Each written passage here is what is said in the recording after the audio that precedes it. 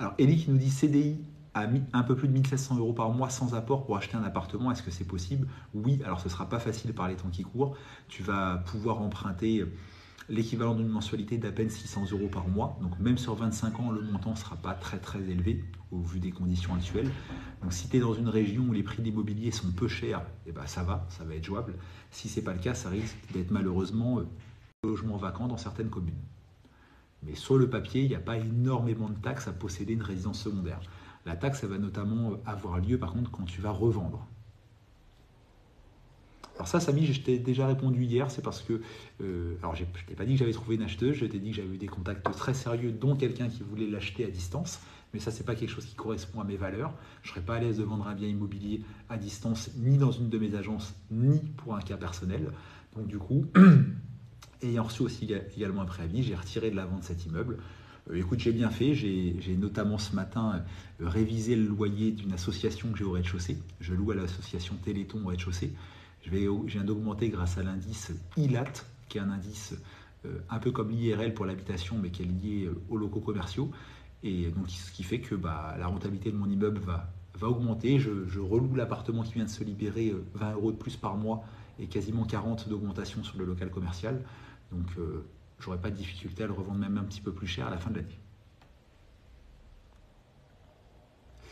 Alors, on a Peters qui me dit bonsoir, salut Peters, de mémoire, tu étais déjà là hier. Ok. On a El Cadieu qui nous dit ce serait pour refaire un peu, sol, peinture, cuisine et soit revendre ou faire louer. Alors, c'est pas du tout la même chose. Si tu veux, si c'est un bien à but locatif que tu achètes, on ne parle pas de résidence secondaire, on parle d'investissement locatif. Certes, lors de la revente, taxé à l'imposition des plus-values immobilières, équivalent à une résidence secondaire, mais les travaux, la façon dont ça va se passer fiscalement ne sera pas du tout les mêmes si c'est dans un but locatif ou dans un but d'achat-revente. Parce que c'est un peu ce que tu sembles sous-entendre.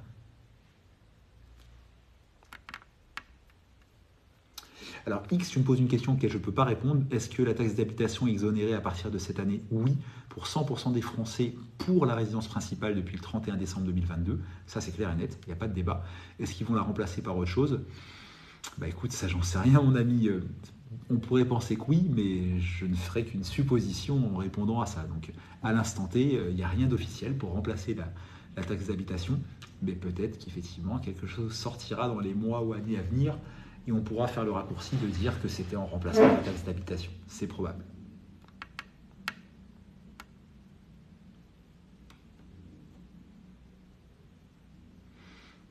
Alors Sunday qui nous dit, qui nous demande si j'ai des astuces pour acheter un locatif malgré ma résidence principale, je suis déjà un endettement maximum. Écoute Sunday, moi oui, je pourrais te conseiller d'aller voir déjà une banque qui va accepter de déroger à la règle de l'endettement maximal, parce que c'est une possibilité. Hein. Le HCSF, depuis quelques années, nous a imposé des règles strictes sur un endettement 35%, etc., etc. Mais avec une possibilité de dérogation pour les banques de 20% sur les prêts, et d'ailleurs une proportion à l'investissement locatif qui vient d'être augmentée par le HCSF. Donc ça veut dire quoi? Ça veut dire que la règle des 35% elle est théorique et que certaines personnes, et j'en suis l'exemple, ont des endettements supérieurs. Mais pour ça, je te conseille d'aller voir une banque où tu vas avoir en face de toi un interlocuteur décisionnaire, donc pas un conseiller, mais il faut que tu réussisses à parler au directeur ou à la directrice de la banque.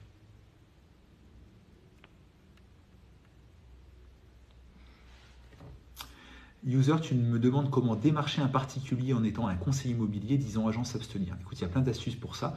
Moi, je ne le fais pas. Et dans mes agences, on ne le fait pas. Faire ce qui s'appelle de la pige, entre guillemets. Donc, je n'ai pas d'astuce miracle parce que moi, le premier, je ne suis pas à l'aise avec ça. Et si je vends un bien immobilier à titre personnel et que j'indique agent s'abstenir, je ne veux pas qu'on m'appelle.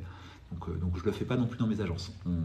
On a un mode de fonctionnement dans mes agences assez particulier où on travaille à 100% en fichier exclusif, 100%, et donc on ne fait pas de pige. Sunday, est-ce qu'il y a des banques plus favorables? Alors oui, je ne vais peut-être pas être exhaustive, mais je sais de façon certaine que le Crédit Mutuel et le CIC, qui appartiennent d'ailleurs au même groupe, ont un mode de fonctionnement très propice à l'investissement locatif. Peters, non, la question n'a pas encore été abordée. Alors dans d'autres lives, bien évidemment, d'abord résidence principale ou d'abord investissement locatif. Alors je crois que personne n'a la vraie réponse à ce sujet-là et que toutes les personnes qui vont se prononcer ne vont faire que te donner un avis. Et donc je vais t'en donner un de plus. Moi, je vois aucun souci à être propriétaire de sa résidence principale avant de se lancer dans l'investissement locatif. C'est d'ailleurs rassurant pour les banques, mais je ne vois pas de souci à la situation inverse, c'est-à-dire commencer par l'investissement locatif avant ta RP. Moi, j'ai fait les deux. J'ai en tout premier été propriétaire de ma RP avant de me lancer dans l'investissement locatif. Mais entre deux, pour des raisons d'une séparation, je suis redevenu locataire de ma résidence principale et j'ai continué à faire du locatif tous les ans. Donc tout est possible. On a Alex qui nous dit: j'ai plusieurs maisons en location en nom propre, mais je suis maintenant bloqué. Est-ce que la SCI est une solution? Ça peut l'être. Alors la SCI à l'IR, à l'impôt sur le revenu, ne servira à rien dans un cas comme le tien. Par contre, de créer une SCI imposée à l'IS, à l'impôt sur les sociétés, peut être une façon de générer à nouveau des capacités d'endettement. Mais attention Alex, pour créer une SCI, il faut être au moins deux. Donc ça veut dire qu'il faut que tu trouves quelqu'un avec qui t'associer, ce qui n'est pas forcément le cas quand tu es en nom propre. User, est-ce qu'une résidence secondaire peut devenir une résidence principale? Tout à fait. Samy, est-ce que je conseille de faire un contrat de mariage avant de se marier? Alors là, à 10 000%. Souvent, on assimile le contrat de mariage à une méfiance entre les époux dans le couple, alors que c'est au contraire pour moi une preuve d'amour, une preuve de vouloir laisser la liberté à son conjoint, de ne pas le mettre dans la merde si on vient à faire des conneries, de pouvoir monter une boîte sans forcément lui faire prendre de risques. Donc oui, il est évident que je conseille un contrat de Pacs ou un contrat de mariage du moment qu'on fait une union. Alors Furax, attention, sacré pseudo, qui nous demande qu'est-ce qui peut changer d'un bail de location à l'autre. Écoute, il y a deux grandes familles de baux, celle issue de la location nue, la location classique, des baux de 3 ans ou 6 ans, grosse protection pour le locataire, etc. La deuxième famille la plus courante, c'est les baux meublés, où là les baux sont pour seulement 1 an, les durées de préavis sont réduites aussi bien côté bailleur que locataire, et on a un rapport qui est un peu plus équilibré entre le bailleur et le locataire. Ce sont les deux grandes familles de baux en France. Même s'il y a aussi les baux mobilité, les baux commerciaux, les baux professionnels, mais les deux grandes familles de baux et qui ont une fiscalité très différente, c'est la location nue et la location meublée. Alors user, c'est quoi ta question? Tu veux acheter une maison le temps que tu vends ton appartement, mais c'est quoi la question? Mettez quelques likes, le live se lance tout doucement ce soir, d'habitude on est plus nombreux. Donc pour que TikTok le trouve pertinent et le propose à d'autres personnes, mettez des petits likes en tapotant sur votre écran. Samy, tu me demandes si faire de la location nue est plus intéressante fiscalement que la location meublée. Non, ni l'un ni l'autre. C'est deux régimes qui sont complètement différents. Sur le papier, la location meublée peut permettre plus facilement d'échapper à l'impôt. Ça, c'est vrai. Mais la location nue peut être également magique si tu fais une stratégie de travaux importants de façon récurrente, où tu vas pouvoir bénéficier du déficit foncier, qui est quelque chose qui n'existe pas en location meublée. Donc il n'y a pas un régime meilleur que l'autre, tout comme il vaut mieux pas détenir en nom propre qu'en SCI, etc. C'est des stratégies différentes qui peuvent plus ou moins être adaptées à vous et aussi à un moment de votre vie. Moi, par exemple, la SCI, j'y suis venu tard, parce qu'à un moment, ça m'a apparu comme une évidence. Quand j'ai commencé en tant qu'investisseur, la SCI aurait été une mauvaise idée. Alors, l'user qui demande la question, c'est combien ça va me coûter ma résidence secondaire? Écoute, j'ai répondu un peu plus haut. En résidence secondaire, le fait d'être propriétaire, les taxes sont limitées. La taxe d'habitation continue à exister depuis le 1er janvier sur les résidences secondaires. Et tu peux aussi avoir une taxe sur les logements vacants. On a Guigui l'Étoile qui nous dit bonjour. Salut Guigui, bienvenue sur ce live qui est un live immobilier. Si tu nous rejoins pour la première fois, n'hésite pas à poser une première question sur l'immobilier. N'hésite pas à mettre quelques likes en tapotant sur ton écran pour que l'algorithme TikTok présente ce live à d'autres personnes. Salut Chacha. Chacha, c'est quelqu'un qui est souvent là sur mes lives également, qui cherche à investir dans un immeuble de rapport de mémoire. Immobilier, investisseur immobilier comme moi, j'ai fait un live avec lui. Il est disponible sur TikTok et notamment sur YouTube de façon complète si ça intéresse certains. Merci user pour ton message. Et Chacha qui dit bonne mémoire toujours. Écoute, j'ai plein de défauts, mais celui de la mémoire, ça percute, ça fonctionne bien. N'hésite pas Chacha à nous dire si tu avances dans ton projet immobilier. De mémoire avec ton mari ou conjoint, tu cherchais un immeuble de rapport. Est-ce que tu as un peu avancé? Est-ce que tu as fait des visites? Est-ce que tu as pris des renseignements à droite à gauche? N'hésite pas. Charlie, c'est quelqu'un qui fait des lives aussi, mais plutôt côté banquier. Salut Charlie. Pareil, tu poses aussi souvent des questions dans mes lives. N'hésite pas à te lancer à m'en poser une.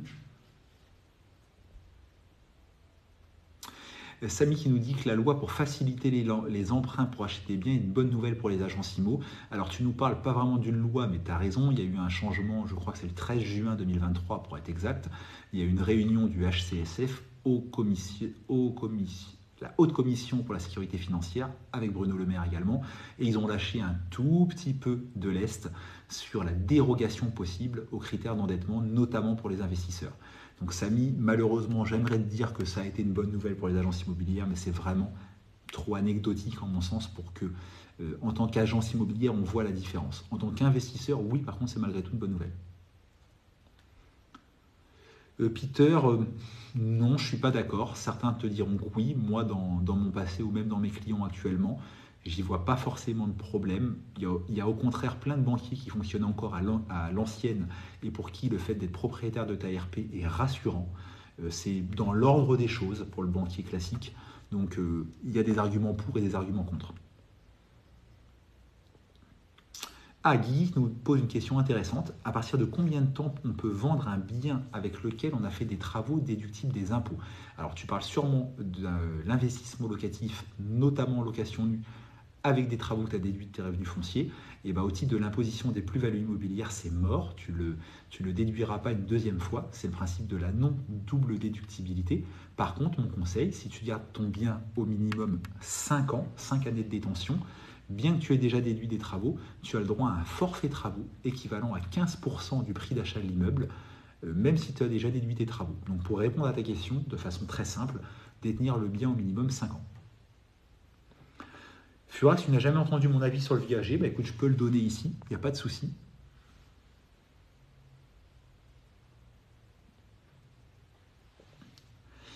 On a Moumou qui nous dit qu'il a acheté sa maison 230 000 euros et qu'il a fait des estimations et que maintenant elle coûte 310 000 euros. Est-ce que c'est normal? Écoute, c'est une bonne nouvelle, ça peut être tout à fait normal, même si le marché de l'immobilier est légèrement baissier en ce moment en France, et encore que ça dépend des régions. Il a été très haussier ces 2-3 dernières années, et il est de toute façon haussier sur ces 10 ou 20 dernières années. Donc oui, de façon globale, c'est à peu près normal que ton bien immobilier vaille plus cher que quand tu l'as acheté. On m'a demandé mon avis sur le viager un petit peu plus haut, je vais le donner. Alors à titre personnel, j'en ai jamais fait. Je suis à titre personnel pas 100% à l'aise avec le concept de parier en quelque sorte sur la mort de quelqu'un. Après, si je veux donner un avis objectif, c'est une bonne solution pour certains propriétaires de biens immobiliers, notamment parce qu'ils n'ont pas d'héritier ou ils ont des héritiers à qui ils ne veulent pas laisser de patrimoine pour des raisons familiales qu'on doit respecter. Donc oui, le viager peut être une bonne solution pour toucher un bouquet et une rente tout au long de sa vie jusqu'à son décès. On peut en parler. Je pense, même si c'est timide en France, les chiffres sont bas, mais je pense notamment que c'est une solution d'avenir, le viager. On a Charlie qui nous dit: j'ai beaucoup de questions sur les prêts relais, qu'en penses-tu côté IMO? Écoute, moi je n'ai jamais conseillé de façon franche les crédits relais à mes clients acheteurs et vendeurs de biens immobiliers dans mes agences en 16 ans. Et pourtant, c'est se tirer une balle dans le pied là-dessus. Je leur ai toujours dit que le prêt relais, s'il n'est pas réalisé avec une extrême prudence sur la valorisation du bien qu'on va devoir vendre, il mène toujours à la catastrophe. En revanche, j'ai plein d'exemples de personnes où ça s'est bien passé. Pourquoi ça se passe mal? Parce qu'un propriétaire, il a souvent tendance à vouloir surestimer son bien immobilier, et notamment quand il fait 2 ou 3 estimations, il a souvent tendance à vouloir entendre l'estimation la plus forte et non pas la plus faible.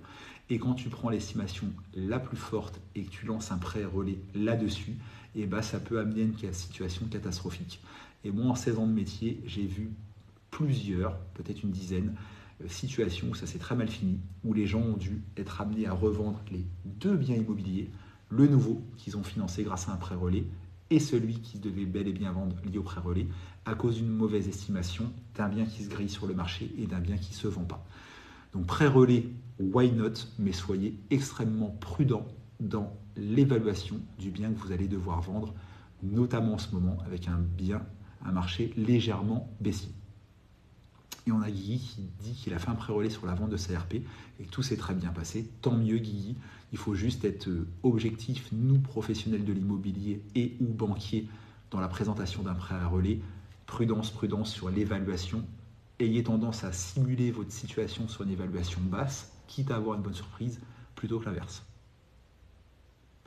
Et Charlie, si tout le monde pouvait conseiller comme toi, merci. Ben oui, forcément, c'est tentant hein, en tant qu'agent immobilier de se dire, ben écoute, je vais dire à mes clients pour leur vendre une autre maison que celle qu'ils ont vaut un petit peu plus que ce qu'elle vaut, sauf que bah, c'est pas très honnête, c'est pas très moral, et c'est pas comme ça que je forme mes agents chez Visit & Co me concernant. Adam qui dit salut l'expert, écoute merci, je ne suis pas expert immobilier, mais je suis effectivement agent immobilier, investisseur immobilier depuis un petit moment, mais je ne me qualifie pas d'expert. Mouchouas, il est marrant ton pseudo qui dit il faut vendre pour acheter. Alors oui, c'est moi ce que je conseille souvent. Je suis quelqu'un d'assez prudent dans mes conseils, pas prudent dans ce que je fais, parce que dans ce que je fais moi, à titre personnel, je suis plutôt assez foufou, mais je ne vais pas conseiller ça à mes clients ou à mes proches. Dans mes conseils, je suis plutôt prudent. Et donc oui, la prudence serait de vendre avant d'acheter. Ça, c'est clair et net. Parce que c'est fait, on connaît le prix de la vente, il n'y a plus d'inconnu à ce sujet-là, et donc c'est évidemment bien plus prudent. C'est pas plus confortable, parce que ça sous-entend souvent 2 déménagements, mais c'est plus prudent.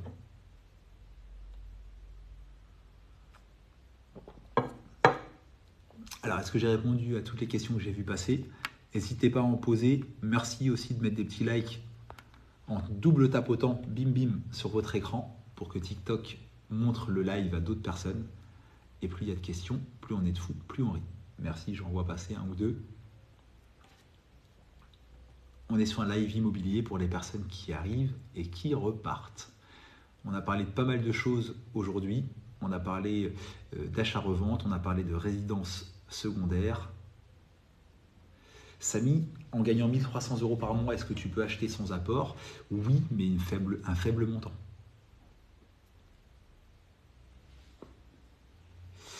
Alors, on a Google qui nous dit, est-ce que tu penses que les taux d'emprunt vont être amenés à redescendre? De façon certaine, oui, ça c'est certain. Quand? Ça, j'ignore. Les prix de l'immobilier sont toujours, si tu regardes sur 10, 15, 20 ans, comme ça. Et les taux d'emprunt l'ont toujours été. Et d'ailleurs, dans des proportions inverses. Quand les prix de l'immobilier baissent, c'est que les taux d'emprunt augmentent. Et quand les prix de l'immobilier montent, c'est que les taux d'emprunt baissent. Donc oui, à un moment ou à un autre, les taux d'emprunt vont redescendre. Ce n'est pas forcément pour tout de suite. Et ce ne sera pas forcément une bonne nouvelle parce que ça voudra dire que les prix de l'immobilier vont remonter. Donc il n'y a pas de moment magique, selon moi, pour acheter un bien immobilier. Merci Google qui a envoyé un cœur sur ma tête. Je ne sais pas à quoi ça correspond. Je ne suis pas encore un ultra pro de TikTok. Et on a Fufus qui est marrant, qui nous dit je ne peux pas trop tapoter, j'épluche mes patates. Bah écoute, épluche tes patates, les pommes de terre c'est la vie. C'est bon à toutes les sauces, donc. Et Charlie qui fait une projection qui est sûrement vraie. Moi j'aime pas trop me prononcer, mais qui est sûrement vraie. Comme quoi les taux d'emprunt devraient redescendre vers 2024 parce qu'il y a une reconstitution des marges, donc des marges des banques actuellement. Il faut bien être conscient que depuis 1 an ou 2, les banques ont prêté de l'argent sans en gagner. Elles le faisaient pour maintenir des clients, pour continuer à trouver du prospect, etc. Mais sans gagner d'argent. Tarek dit si tu n'es pas expert, tes conseils ne sont pas sûrs, donc pourquoi les donnes-tu? Bah écoute Tarek, je t'invite à quitter le live et à aller passer du temps ailleurs. Furax, ben non, j'ai pas d'infos, j'aimerais en avoir. Alors je vais encore une fois faire une projection. Il semblerait, et Elisabeth Borne, qui est quand même pas n'importe qui, l'a fortement laissé sous-entendre que dans la prochaine loi de finances, le régime de la location meublée, et donc surtout, je pense à l'MNP, va être réformé.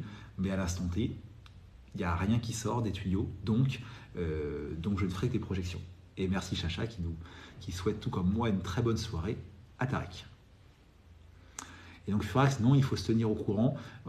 Grosso modo, Elisabeth Borne, je le rappelle, après Emmanuel Macron, qui avait fait une courte allusion, Elisabeth Borne, elle était un peu plus longue, a rappelé, enfin a indiqué que selon elle, il n'était pas normal que les bailleurs classiques soient fortement fiscalisés, jusqu'à 60%, c'est des chiffres qu'elle a donnés, et c'est vrai, 41% de TMI plus 17% de prélèvements sociaux, alors que d'autres bénéficiaient d'un paradis fiscal. Donc on parlait de ceux qui font de la location meublée.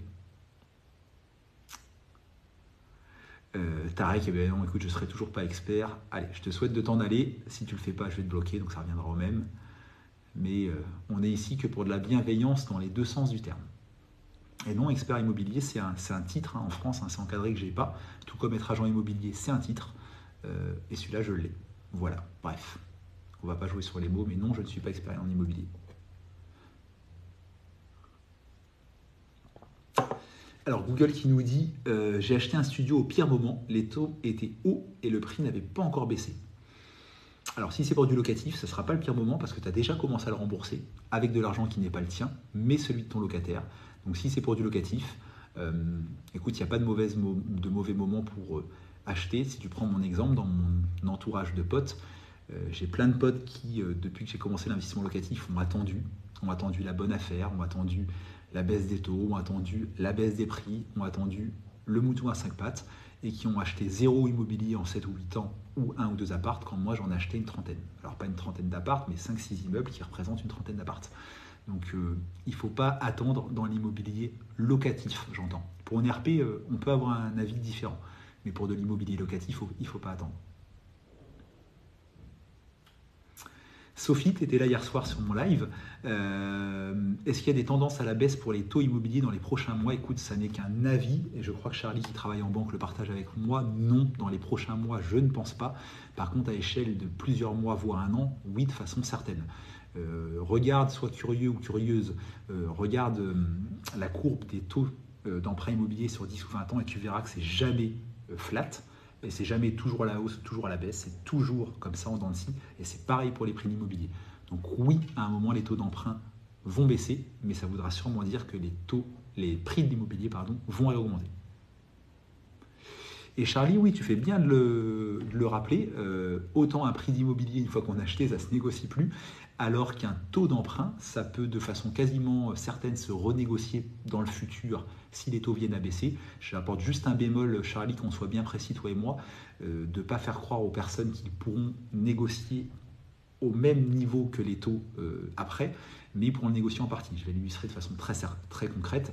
Des gens qui ont acheté à 3 ou 4% il y a quelques années, quand les taux sont revenus à 1% l'année dernière, en renégociation, il était impossible d'avoir 1%. Impossible. Tu ne peux pas avoir des taux aussi bas que les nouveaux prêts. Par contre, tu pouvais avoir 1,8 ou 2%, c'est-à-dire une belle baisse par rapport à ton taux de souscription. Donc ça, c'est une info à retenir. Sachez par contre, même si c'est effacé par le gain de la baisse, mais c'est que les banques, pour faire ça, prennent des frais d'avenant, 500, 1000, 1500 euros. Donc on est quand même gagnant, mais attention, quand on dit qu'on peut renégocier un prêt, il y a des frais, et le taux ne sera pas aussi faible que les taux des nouveaux clients.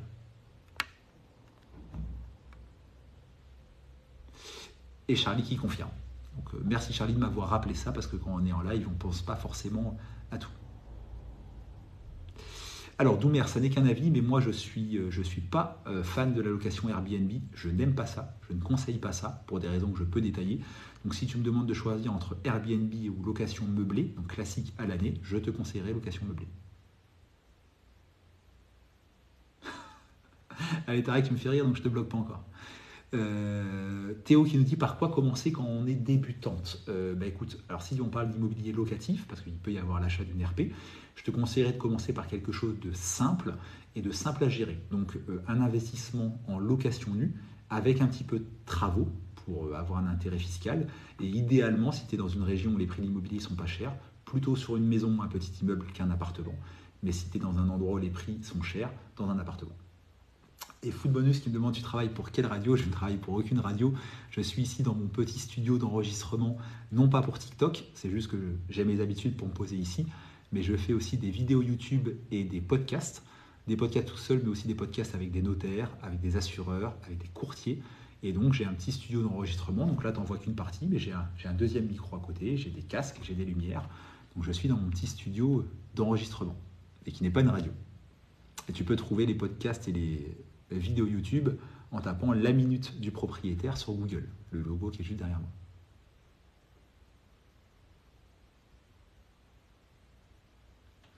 Alors Peter, c'est quelque chose de très rare en France, c'est comme le nantissement d'assurance vie, etc. Ça peut, oui bien évidemment, mais pour ça il faut que ton prêt, il faut que ta RP soit payée ou presque.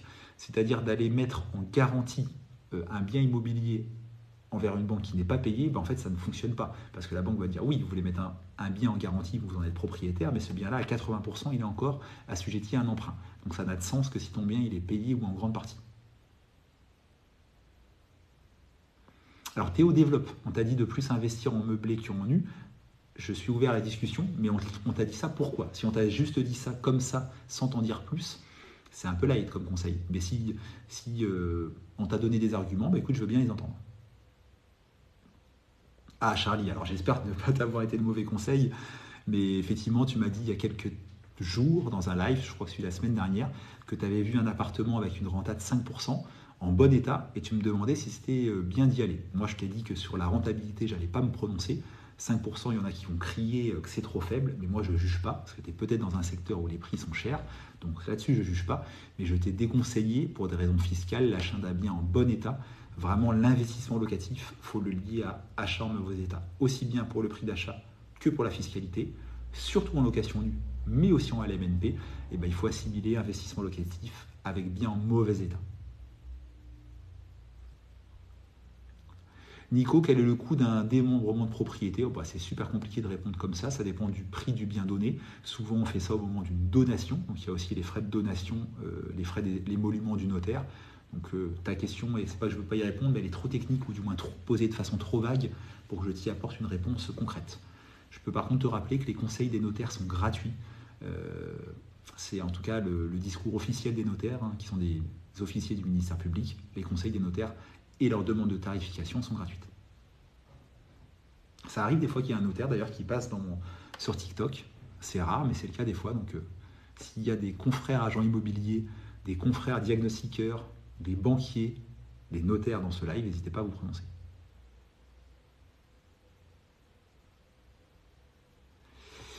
Alors, on t'a dit, Théo, plus d'avantages en fiscalité et peut-être en Airbnb pour avoir une rentrée d'argent plus grande. Ok, ça c'est vrai.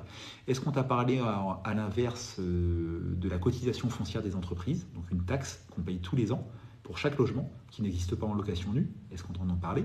Est-ce que l'obligation quand on est en LMNP au réel d'avoir une comptabilité et un comptable qui coûte relativement cher, est-ce qu'on t'en a parlé alors que ce n'est pas obligatoire en location nue?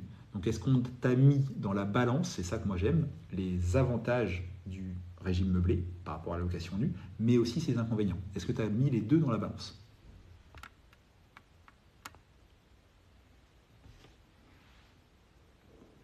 Food bonus, il y a aussi des gestionnaires de patrimoine. Alors c'est une profession, il y a sûrement de très très bons gestionnaires de patrimoine. Attention, je ne fais jamais de généralité.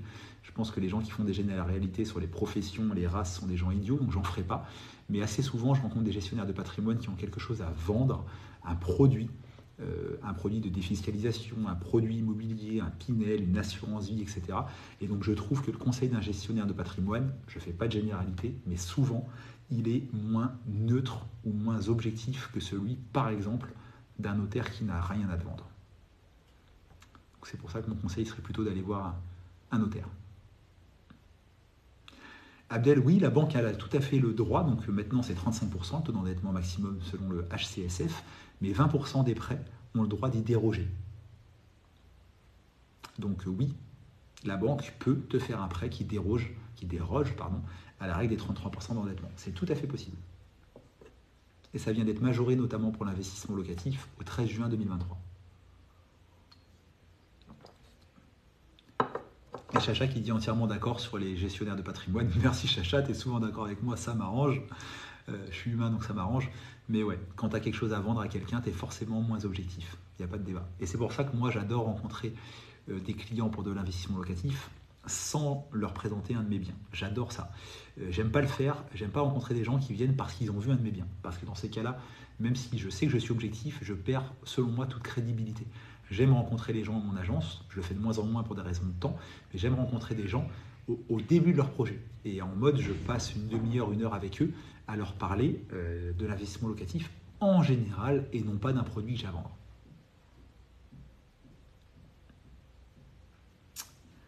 Google qui nous dit qu'aujourd'hui, sur 25 ans, les taux tournent autour des 4,10%. Oui, c'est vrai, alors à tempérer, il y a encore des taux meilleurs que ça, mais ça dépend de ta région, ça dépend de tes revenus. C'est moche à dire, mais j'ai vu une offre de prêt passer il y a 2 jours pour des gens qui gagnent plus de 100 000 euros par an, et qui est une offre de prêt qui était sur 20 ans, et il y avait quasiment 0,5% d'écart entre le taux que j'ai vu passer dans la même banque la semaine d'avant pour des primo-accédants. Ta grille de salaire, ta grille de revenus influence grandement de 0,3 à 0,5% les taux auxquels tu as le droit.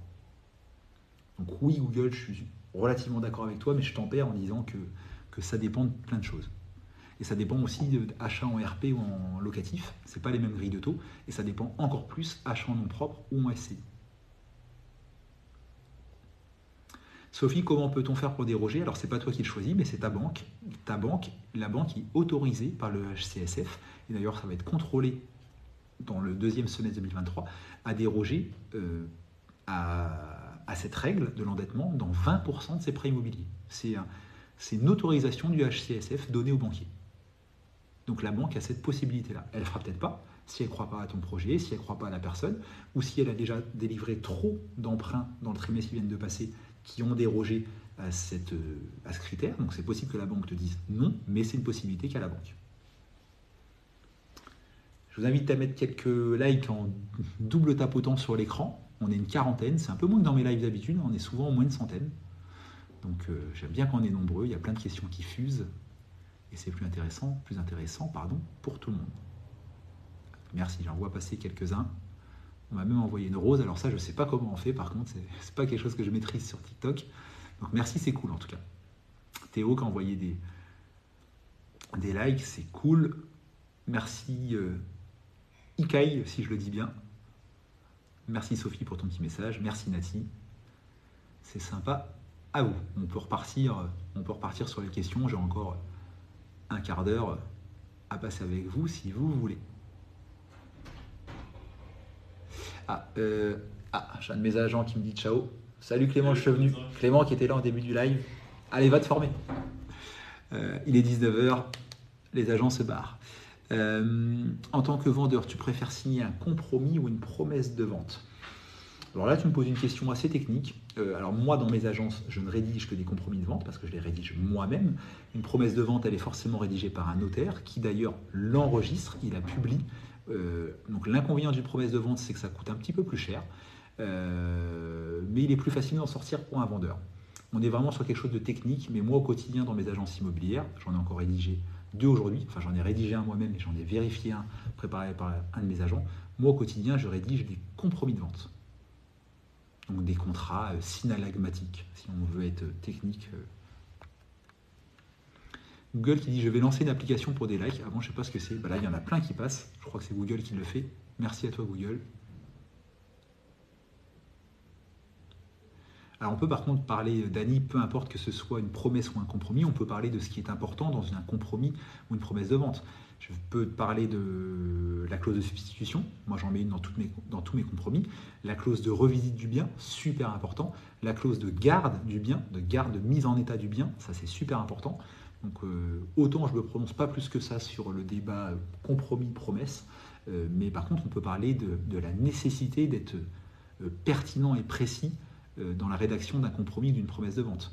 Quid des fluides présents dans une citerne de gaz ou d'une fuel, quid du ramonage de la cheminée ou de la chaudière, quid de la vidange éventuelle de la fosse septique, il peut y avoir tout un tas de choses.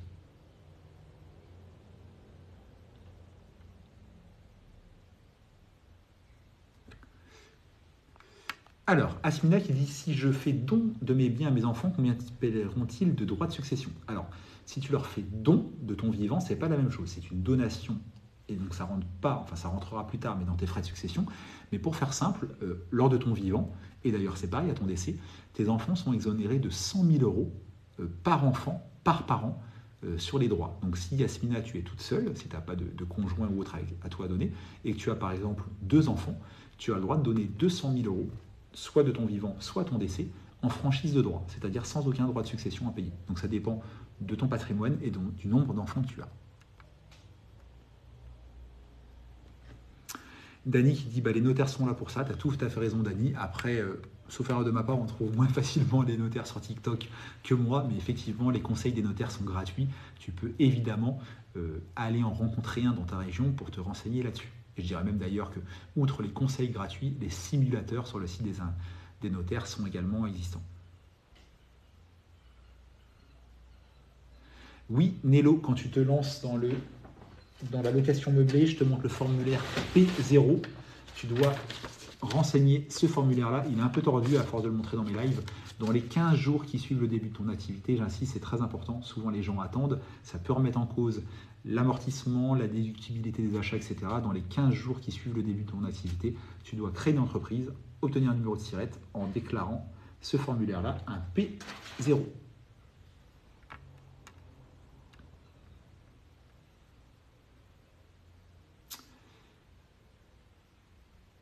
On a Dany qui nous dit pour les compromis. Ah bah pour les compromis, il peut y avoir, tu as raison, les notaires donc, qui rédigent des promesses, mais il peut y avoir des agents immobiliers. On est tout à fait apte et habilité à rédiger des avant-contrats, pas des actes authentiques. Ça non, c'est le monopole des notaires et c'est très bien comme ça, parce que l'engagement de responsabilité est énorme. Mais pour moi, un bon agent immobilier, c'est un agent immobilier qui rédige lui-même ses compromis. Si j'ai affaire, moi personnellement, en tant qu'acheteur, et ça a déjà été un agent immobilier qui me dit je ne rédige pas mes compromis, c'est le notaire qui va s'en charger, bah, je pense que c'est un guignol et c'est pour moi un aveu d'incompétence. Mais bon, bref. Quelle durée un compromis? Bah écoute, il n'y a pas de réponse type à cette question-là, Nico. La coutume est que souvent on prévoit une date butoir de 3 mois entre le compromis et la réitération de l'acte, mais ça peut être plus court et ça peut être beaucoup plus long dans le cas de conditions suspensives particulières, notamment l'achat d'un terrain à bâtir, avec le délai pour déposer le permis, le délai d'affichage, la purge du délai de recours des tiers, du délai de recours administratif. On a des compromis qui peuvent des fois durer plus d'1 an. Chacha, oui, complètement. Si tu vends un bien immobilier par tes propres moyens, il faut forcément aller voir un notaire qui va rédiger la promesse de vente. Pour un coût d'environ un petit 500 €. Et ça, ces frais-là, ils peuvent être mis à la charge de l'acheteur, ils peuvent être mis à la charge du vendeur. Le tout, c'est d'en parler dès le début avec ton acheteur. Tous les problèmes qui se passent dans l'immobilier viennent d'un manque d'information ou d'un manque de dialogue. Et dans une vente de PAP, si on arrive tous comme des idiots devant le notaire en disant qui paye les 500 €, c'est là que ça se passe mal. Alors que si dès le départ, tu as cette information-là et lors des visites, tu dis c'est une vente de PAP, j'ai un notaire, les frais de promesse sont de 500 € à la charge de l'acheteur, et bien il n'y a plus de débat. Moi j'adore quand tout est carré.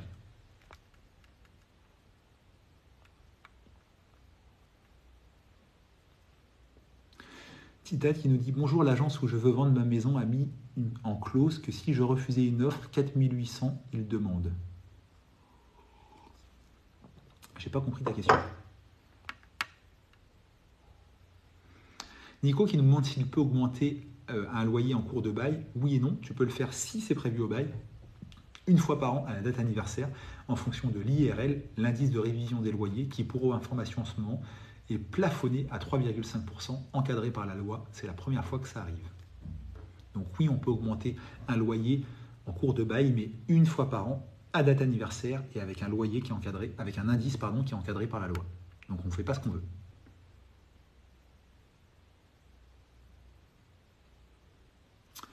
Alors, on me pose une question, l'Elex qui nous parle d'un premier achat locatif sur Le Mans pour un appartement. Donc, à quoi faire attention? Si c'est un appart, faire attention à la copropriété. Moi, je demanderais de ta place à avoir, idéalement avant la visite ou au plus tard le jour de la visite, copie des 3 derniers procès-verbaux d'Assemblée Générale. Ça, c'est super important. Les premières pages, on s'en fout, c'est du blabla. Mais les 3-4 dernières pages d'un procès-verbal d'Assemblée Générale annuelle nous donnent tout un tas d'informations sur ce qui se passe dans la copro et aussi sur les questions diverses. Je demanderai à avoir un décompte de charges, je demanderai à avoir les diagnostics de l'appartement et ainsi de suite. Je demanderai à avoir le montant de la taxe foncière précise. Oh, comment je déteste mes confrères et vendeurs particuliers qui arrondissent tous les chiffres dans leurs annonces. Les charges de copro sont de 1 300 € par an. C'est jamais arrondi, c'est toujours 1260 ou 1319. Et comme par hasard, un an après, quand on est copropriétaire, c'est toujours dans l'autre sens. Pareil pour la taxe foncière, 700 €. Il y a une chance sur 1000 que ce soit 700 € pile. Donc soyez et demandons aux professionnels à qui nous avons affaire d'être précis dans les chiffres qu'ils donnent.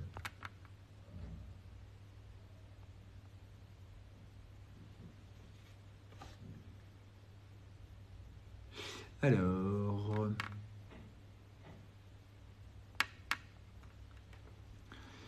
Nico, alors non, tu fais un raccourci Nico, c'est pas ce que je t'ai dit. Je t'ai dit déjà qu'il faut attendre la date anniversaire du bail, donc qui peut tomber bientôt ou pas. Donc, ce n'est pas forcément au moment de ton achat que tu vas pouvoir lui augmenter le loyer. Deuxième condition, il faut que ça ait été prévu dans ton bail. Donc, l'appartement que tu achètes à un bail en cours, tu reprends ce bail-là, tu ne partiras pas sur un bail neuf. Il faut que le bail de l'époque ait été bien fait. Si le bail a été bien fait et si tu es proche de la date anniversaire, oui, tu vas pouvoir, en fonction de l'IRL, augmenter le loyer de ton locataire. Et en ce moment, je me répète, c'est plafonné à 3,5%. Oui, Nico, j'insiste là-dessus, parce que l'immobilier, un métier, enfin pardon, pas un métier, quelque chose qui est très encadré, notamment locatif. Les locataires sont très très très protégés, notamment dans le cadre de la location nue. Donc c'est effectivement uniquement à la date anniversaire du bail. Sache pareil que depuis la loi Allure, donc depuis 2014, bien que ton bail se termine par exemple dans un an, en tant que nouveau propriétaire, en cas de changement de propriétaire moins de 24 mois avant l'échéance du bail, tu ne peux plus virer ton locataire. Tu repars sur un bail complet. Tout ça pour illustrer qu'on ne fait pas ce qu'on veut en France avec nos locataires, ils sont très protégés. Nico, non, moi mes annonces, elles sont géolocalisées dans 100% de mes annonces immobilières. La vraie commune est mentionnée dans 100%. Ça peut nous arriver des fois sur des sites comme Le Bon Coin d'indiquer un code postal différent pour la remontée, mais dès que tu ouvres l'annonce, dans la première ligne, tu as la commune exacte de l'annonce du bien qu'on vend.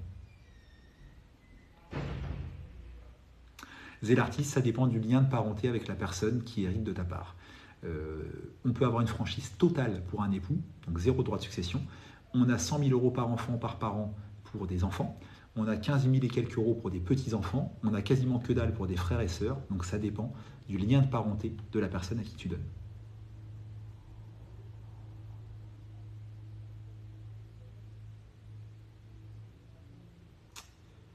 Père-fils, du coup, Zélartis, tu as, lors de ton décès, un abattement, ou de suite ton papa, si c'est ça la question, de 100 000 euros par enfant, par parent. Mais sur l'indice du deuxième trimestre, dont tu parles de l'IRL, n'est pas paru, comment faire? Donc c'est normal, c'est très souvent le cas. Lorsque tu rédiges un bail, tu dois prendre le dernier indice connu, qui souvent n'est pas le bon, parce que souvent tu rédiges un bail, par exemple, là on est, je suis perdu, on est fin juin, donc on aurait tendance à avoir besoin de l'indice du deuxième trimestre 2023, mais s'il n'est pas paru, on prend celui du premier trimestre. Et l'année prochaine, on révisera uniquement sur le même indice du premier trimestre 2024. Alex qui dit super le live, merci, c'est cool, ça fait plaisir. N'hésite pas à t'abonner.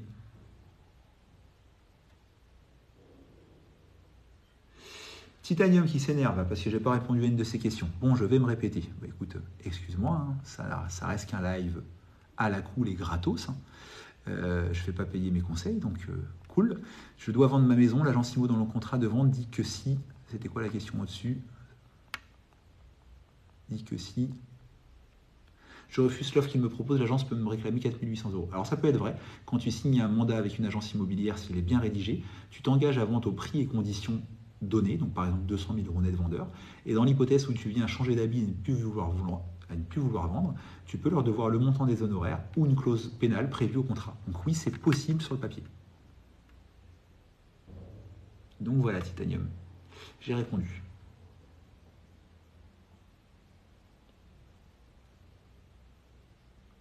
Zen qui nous dit qu'il a un seul enfant de 15 ans, j'imagine, qu'il a une maison et un appartement, que dois-je faire? Écoute Zen, ça dépend de ton âge. Des préoccupations de succession, de donation, on les a rarement avant 50 ans. Moi par contre, je dis qu'il faut commencer beaucoup plus tôt à prévoir ce qu'on souhaite, notamment en rédigeant un testament. Moi j'ai 35 ans et j'ai fait déjà un premier testament à 32 ans, qui tant que j'en fais pas un nouveau reste valable. Par contre, j'ai pas encore envisagé ma succession dans ce sens-là au niveau de donation, démembrement de propriété, etc. avec ma fille. Donc je pense que l'âge est important dans la réflexion, qu'il faut très très jeune faire un testament pour dire ce qu'on veut, et par contre un peu plus tard commencer à donner, et ainsi de suite.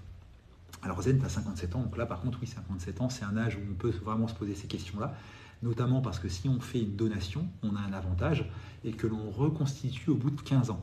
Donc Zen, si à 57 ans, là, tu fais une donation à tes enfants, tu vas avoir un avantage fiscal, 100 000 euros par enfant par parent, et il va se reconstituer dans 15 ans. Donc si tu vis, et je te le souhaite, au moins jusqu'à 72 ans, à 73 ans, tu pourras à nouveau bénéficier du même avantage.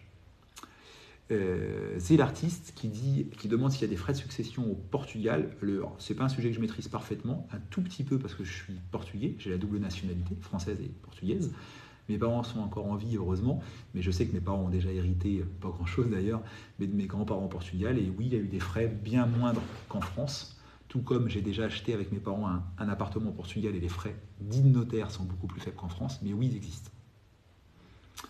Et Food Bonus qui dit punaise, tu es riche alors, donc je ne sais pas à qui tu parles, je ne sais pas si c'est à moi ou à quelqu'un d'autre.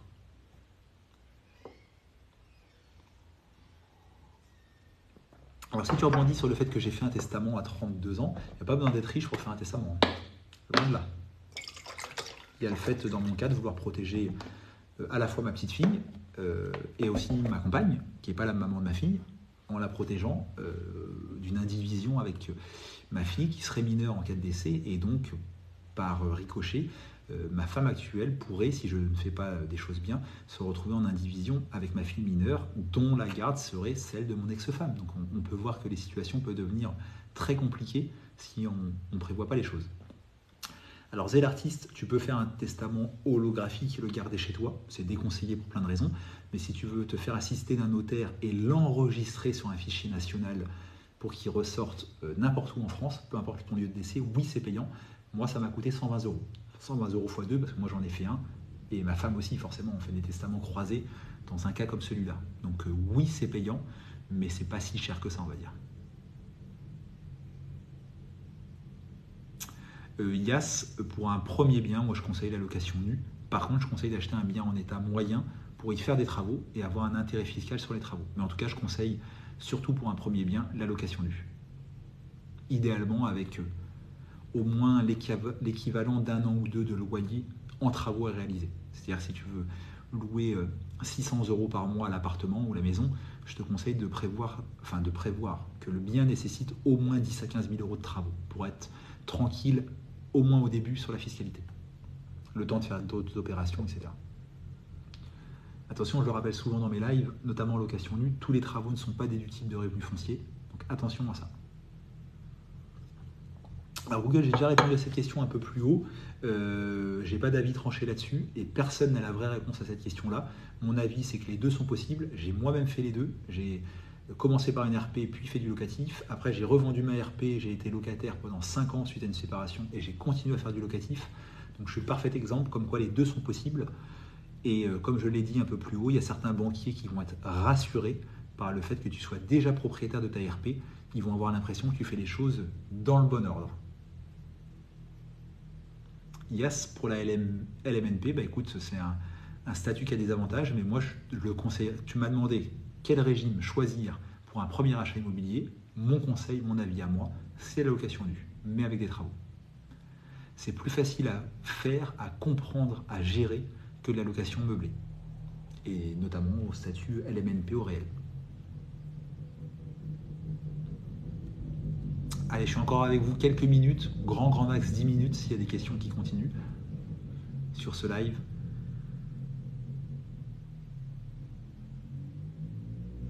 Alors les Lex, j'aimerais te répondre, sauf que sans savoir la région dans laquelle tu es, c'est impossible. Dans ma région à moi, on peut faire un petit peu mieux si on s'éloigne. On peut avoir un rendement un petit peu meilleur que celui que tu m'annonces. Mais dans certains cas, dans certaines régions, les prix de l'immobilier sont très élevés. Donc je ne suis pas de ces investisseurs qui vont dire à moins de 10%, il ne faut pas acheter, parce que c'est débile de dire ça. Dans certains coins de France, c'est possible, dans d'autres, c'est impossible. Donc je l'ignore. Ah, tu me réponds entre deux, Le Mans. Alors Le Mans, c'est pas si loin que ça de chez moi, on est à 150 km. Néanmoins, je ne connais pas le marché immobilier au niveau de ses prix sur Le Mans.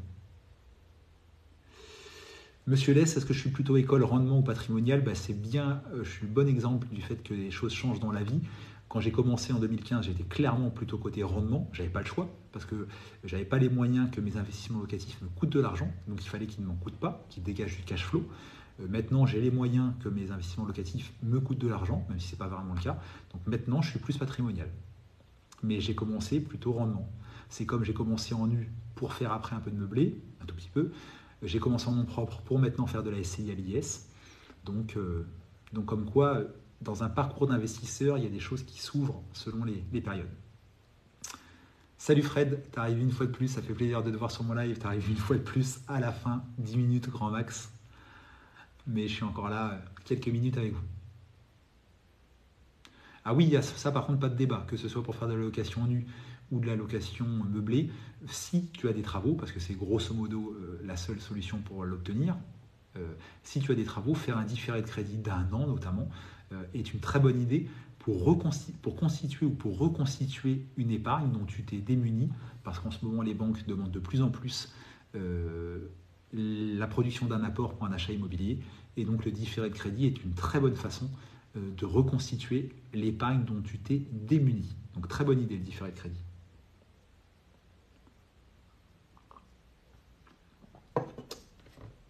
Allez, quelques petits likes pour les dernières minutes de ce live, voir si on arrive à être un petit peu plus nombreux. Il a été plus calme ce soir, merci à ceux qui sont là. Merci à plein de personnes qui ont beaucoup interagi. Il y a eu Sophie, il y a eu Chacha, il y a eu Yas, il y a eu Charlie le banquier, Fred qui nous fait toujours un coucou, Monsieur Les. Alors Chacha, les banques acceptent facilement les différés, oui. Dans les faits, si tu as des travaux, une enveloppe travaux, aucun souci. Par contre, elles peuvent t'apporter des contraintes. Si je te donne mon exemple, le dernier prêt que j'ai fait à titre personnel au CIC, on m'a dit que pour du locatif, la durée d'emprunt maximale était de 20 ans. J'ai dit pas de souci, je veux faire un différé d'un an. On m'a répondu pas de problème, mais c'est pas 20 ans plus un an de différé. Maintenant, c'est 20 ans au total, différé compris. Donc j'ai fait mon dernier prêt personnel sur 19 ans plus un an de différé. Donc oui, les banques acceptent facilement les différés, mais elles peuvent les inclure dans la durée maximale du crédit.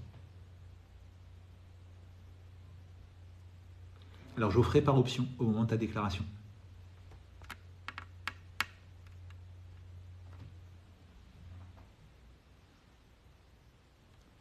Alors, est-ce qu'il reste une ou deux dernières questions que je n'ai pas vues avant que j'arrête? Alors Nico, non, il vaut mieux que l'emprunt d'un appart comprenne les travaux plutôt qu'un crédit à côté parce que les taux ne seront pas du tout les mêmes et la durée. Si tu inclus tes travaux dans un prêt immobilier, tu vas pouvoir financer des travaux sur 20 ans à un taux de 3%, alors que si tu fais un prêt travaux après, il sera sauf exception sur 6-7 ans maximum, il sera sauf exception à 4-5% minimum. Donc il vaut mieux les inclure. Même si dans les faits, je l'ai fait l'année dernière, moi j'ai fait l'année dernière un prêt travaux pour un bien que j'avais acheté il y a 5 ans, qui venait de se libérer, j'avais besoin de 30 000 € pour financer des travaux, j'ai fait un prêt travaux, mais je l'ai fait sur 7 ans maximum et je l'ai fait de mémoire à 4,2%. Donc moins intéressant que si je les avais à l'époque incorporés dans le prêt immobilier. Parce que le prêt immobilier de l'époque, fin 2018, j'ai dû le faire à 2%, quelque chose comme ça. Google qui dit merci pour les conseils, c'est cool. Merci à toi, tu as pas mal interagi durant ce live, donc ça fait plaisir. Zé l'artiste, écoute, beaucoup de professionnels pensent que oui. Donc je partage cet avis, mais ça n'est qu'un avis. Je ne vais pas m'engager vis-à-vis de toi parce que j'en sais rien. Mais oui, il semblerait que tous les indicateurs le disent. Après, si tu penses que c'est une bonne nouvelle, ça, c'est pas forcément le cas parce que les prix de l'immobilier sont toujours liés au taux d'emprunt. Et si le coût du crédit baisse en 2024, machinalement, les prix de l'immobilier vont augmenter à nouveau. Et Fufus qui me remercie pour les réponses, c'est cool.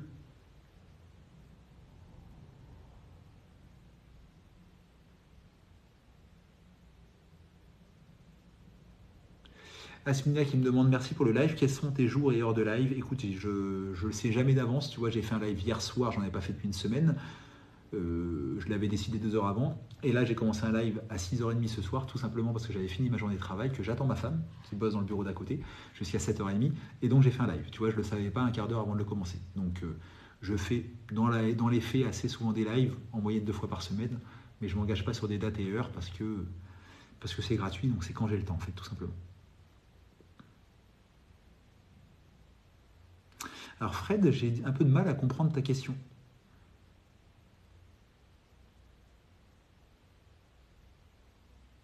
Alors ICAI, ça peut être plein de personnes, ça peut être un bon comptable, ça peut être un bon notaire, ça peut être un bon gestionnaire de patrimoine, ça peut être un bon agent immobilier. Je dirais sûrement quelqu'un qui n'a rien à lui vendre. Parce que si c'est quelqu'un qui a quelque chose à lui vendre, une solution de défiscalisation, un nouveau bien immobilier, il sera forcément jugé parti. Si c'est quelqu'un qui n'a rien à vendre, soit qu'il le fait gratuitement, soit qu'il fait payer une prestation de conseil, mais sans avoir rien à vendre derrière, IKEA, pour moi, ça sera le bon interlocuteur. D'ailleurs, ceux qui le souhaitent, j'en ai pas parlé une seule fois encore dans ce live, parce que j'en fais rarement de la pub, mais je vends des créneaux téléphoniques personnalisés avec moi, pour ceux qui le veulent. Les lives, c'est 100% gratuit, j'essaie de répondre à un maximum de questions. Il y en a peu qui passent à la trappe, mais j'ai de temps en temps des gens qui veulent passer 30 minutes avec moi pour des questions beaucoup plus personnelles. Et dans ces cas-là, ils peuvent réserver sur mon profil un créneau téléphonique. Alors, est-ce qu'il y a une ou deux dernières questions que je n'ai pas vues ou qui arrivent? Parce que dans 4 minutes maxi, je vous laisse, messieurs, dames, pour rentrer tranquillement chez moi. Et vous souhaitez à tous une bonne soirée. Peters qui dit j'y compte bien, alors je ne sais pas de quoi tu parles, Peters. Ikai qui dit ça m'intéresse, je reviendrai vers vous, merci. Écoute, pas de souci, je mets 1 ou 2 créneaux par semaine en ligne maximum parce que je ne veux pas que ça me prenne trop de temps. Tu cliques sur le lien dans ma bio et tu peux réserver ton créneau.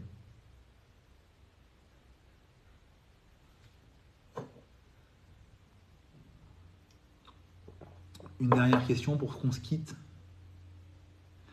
Geoffrey qui nous demande si on peut rester ou être LMNP, donc loueur meublé non professionnel, si on dépasse le 23 000 €, est-ce que c'est possible? C'est tout à fait possible, ça dépend des autres revenus du foyer fiscal. Il y a une double condition pour passer LMP, donc s'il y a une condition de plafond, 23 000 €, mais il y a aussi une condition de 50% des autres revenus du foyer fiscal. Donc si tu gagnes bien ta vie ailleurs, tu peux avoir 50 000 € de recettes locatives issues de la location meublée et être encore LMNP. Si les revenus de ton foyer fiscal, donc les tiens ou ceux de ton conjoint, ta conjointe, dépassent les revenus issus de la location meublée. Alors Fred, tu dois parler de la transmissibilité du prêt immobilier, ça existe, mais moi je ne le vois jamais au quotidien. Mais oui, ça existe. Une banque peut accorder le fait de vendre un bien immobilier, mais parce que le prêt est intéressant ou parce que tu ne peux plus aujourd'hui être éligible à un nouveau prêt, peut accepter la transmissibilité du prêt sur un nouveau bien immobilier. Donc oui, ça existe. Par contre, c'est excessivement rare. Bruno Le Maire, lors d'une interview il y a un mois ou deux, a évoqué cette possibilité-là auprès des banquiers pour relancer le marché immobilier, mais les banquiers n'ont pas mordu parce qu'ils n'ont pas envie, tout simplement. Parce que c'est compliqué et ça ne leur fait pas gagner de pognon.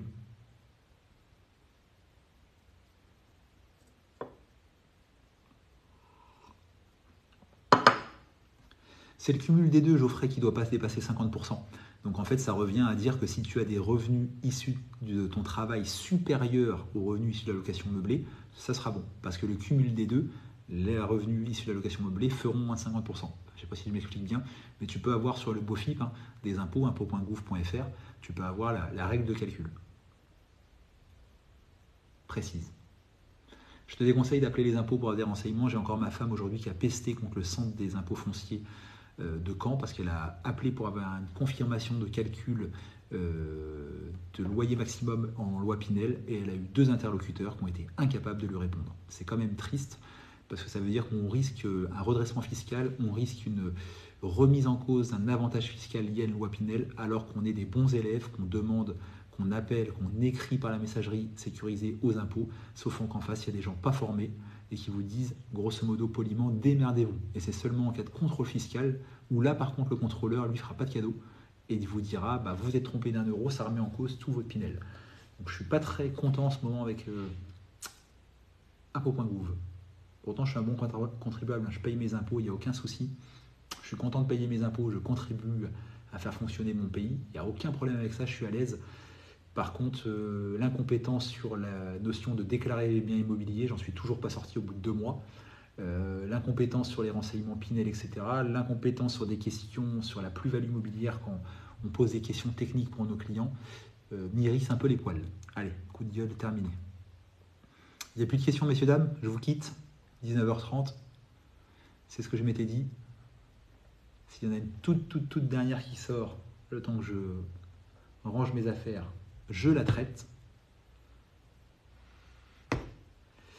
Asmina qui me souhaite une bonne soirée, je te remercie. Merci Asmina d'avoir posé quelques questions. Tu as en plus posé des questions sur la donation-succession, donc c'est des questions qui changent un peu des traditionnelles questions sur LMNP, LMP, SCI, LIS, etc. Donc merci à toi. N'hésite pas à aller questionner un notaire. Comment déclarer des revenus Airbnb? Ça se déclare comme des revenus meublés, LMNP ou LMP. Donc ça se déclare sur la déclaration 2042C Pro de mémoire. En tout cas, ça se déclare comme des BIC, bénéfices industriels et commerciaux, et non pas comme des revenus fonciers. C'est une fiscalité complètement différente. Et Fred qui nous souhaite une bonne fin de soirée. À toi aussi, j'aurais aimé de répondre quelque chose qui te plaise concernant la transmissibilité du prêt immobilier, mais dans les faits, bien que ça existe, moi, dans mon modeste quotidien, j'en vois jamais. Donc, Peters, prends soin de toi également. Merci pour ton petit message. C'est cool d'avoir ce genre de message en conclusion. Je reste une minute de plus pour qu'on se dise au revoir à ceux qui ont été fidèles à ce live. Zé l'artiste, pareil, tu as posé plein de questions, c'est cool, merci. Yas, pareil. Toi aussi, tu es bien intervenu dans ce live, c'est cool, parce que si personne posait de questions, il n'y aurait aucun intérêt de faire des lives et ça me saoulerait vite. Donc, ce qui fait que je reste 1 heure et demie, des fois 2 heures en live, c'est les gens comme vous qui posent des questions et qui sont bienveillants. J'ai quasiment jamais de trolls, donc c'est cool, ça fait plaisir. Il n'y en a eu qu'un ce soir, mais qui doit être parti parce qu'on ne l'a pas entendu. On l'a pas entendu depuis longtemps. Allez, c'est la conclusion. Sachez que pour ceux qui ne l'ont pas vu en entier, je ne suis pas persuadé que ça intéresse grand monde, mais je fais l'effort de republier sur YouTube mes lives. Tous mes lives, je les republie sur ma chaîne YouTube. Donc ça peut permettre à quelqu'un qui se dit bah tiens, je regarde les vidéos, mais j'ai aussi envie de revoir le live que j'ai vu aujourd'hui ou de découvrir d'autres lives précédents. Bah, si vous avez vraiment du temps à perdre ou du temps à passer pour vous former en immobilier, sur ma chaîne visitenco.fr, donc c'est le nom de mes agences immobilières, playlist La Minute du Propriétaire, c'est la playlist dédiée aux conseils en immobilier, et bah sur YouTube vous retrouvez tout ça. Merci Ikai, pareil, tu es bien intervenu dans ce live, donc merci à toi, c'est cool. Et je vois qu'il n'y a plus de questions, il y a des petits j'aime qui passent, il y a des messages de remerciements, c'était cool. Je republierai demain ce live sur YouTube, je me répète. Allez, si je fais un petit peu de pub pour un autre compte, même si j'ai rien à gagner, mais ça me fait plaisir d'avoir des abonnés. J'ai un deuxième compte TikTok qui n'a rien à voir avec l'immobilier, mais qui a à voir avec les voitures, parce que je suis un passionné de voitures, notamment Youngtimer et voitures anciennes de collection. J'ai la chance d'avoir plusieurs voitures, dont un Youngtimer et dont un Oldtimer, comme on dit, une vieille voiture. Donc sur la chaîne Les Bolides de Patoche, vous retrouvez mon quotidien avec mes bagnoles. Alors c'est pas mon quotidien parce que je les sors plutôt le week-end, mais vous retrouvez plein d'infos sur les voitures, notamment anciennes. Donc si vous êtes contre les voitures thermiques, c'est pas un compte sur lequel il faut aller vous promener, ça vous plaira pas. Mais si vous aimez comme moi la mécanique, l'odeur de l'essence, l'odeur de l'huile et les beaux V6, et bah allez faire un tour sur le compte Les Bolides de Patoche, ça vous plaira. Et Ikai qui dit je go voir, j'adore, bah cool, ça fait plaisir. Bah souvent les gens comme l'immobilier, je ne vais pas faire de généralité, mais c'est une tranche de population qui, comme moi, aime les voitures, le vin, la vie, les copains. Asmina qui nous dit une belle Spitfire décapotable. Écoute, de tête comme ça, je vois pas ce qu'est une Spitfire, soit parce que je ne connais pas tout, soit parce que c'est évident mais que je suis pas bien réveillé ce soir et que ça percute pas. Mais une Spitfire, là comme ça me parle pas. N'hésite pas à me rappeler peut-être une Corvette, ça me ferait penser le nom peut-être à une Corvette, mais j'en sais rien. Alors je suis pas très américaine, même si j'ai eu une Chrysler, une Crossfire à l'époque, donc non pas une Spitfire mais une Crossfire. Mais maintenant, je suis plutôt italienne, anglaise et surtout allemande, évidemment, hein, quand on parle de voiture. On ne peut pas aimer les voitures et ne pas aimer les allemandes. C'est impossible. C'est impossible. Et Fred, t'es abonné à mon autre compte, c'est cool. Asmina, va faire un tour sur le compte Les Bolides de Patoche. Allez, c'était les 2-3 dernières minutes de promo pour mon autre compte. J'ai hâte d'avoir assez d'abonnés pour vous faire des lives aussi sur mon autre compte, des lives sur les bagnoles, parce que j'en possède 4, mais j'ai eu la chance d'en posséder plus de 30 dans ma vie. Donc c'est intéressant de pouvoir discuter de tout un tas de choses. Donc voilà. Allez. Cette fois-ci, c'est bon. Merci à tous encore une fois. Je n'ai pas cité tous les noms. Il y a des gens qui ont interagi avec moi et que je n'ai pas cité ce soir. Vous m'en excusez, je ne retiens pas tous les noms par cœur. Mais en tout cas, merci de votre interaction. À bientôt pour un prochain live. Sûrement fin de semaine. J'ai sûrement une soirée plus calme jeudi soir, donc il n'est pas impossible, je vous le promets pas, mais il n'est pas impossible que je fasse un live jeudi soir si vous voulez partager la soirée avec moi. Ciao, bye!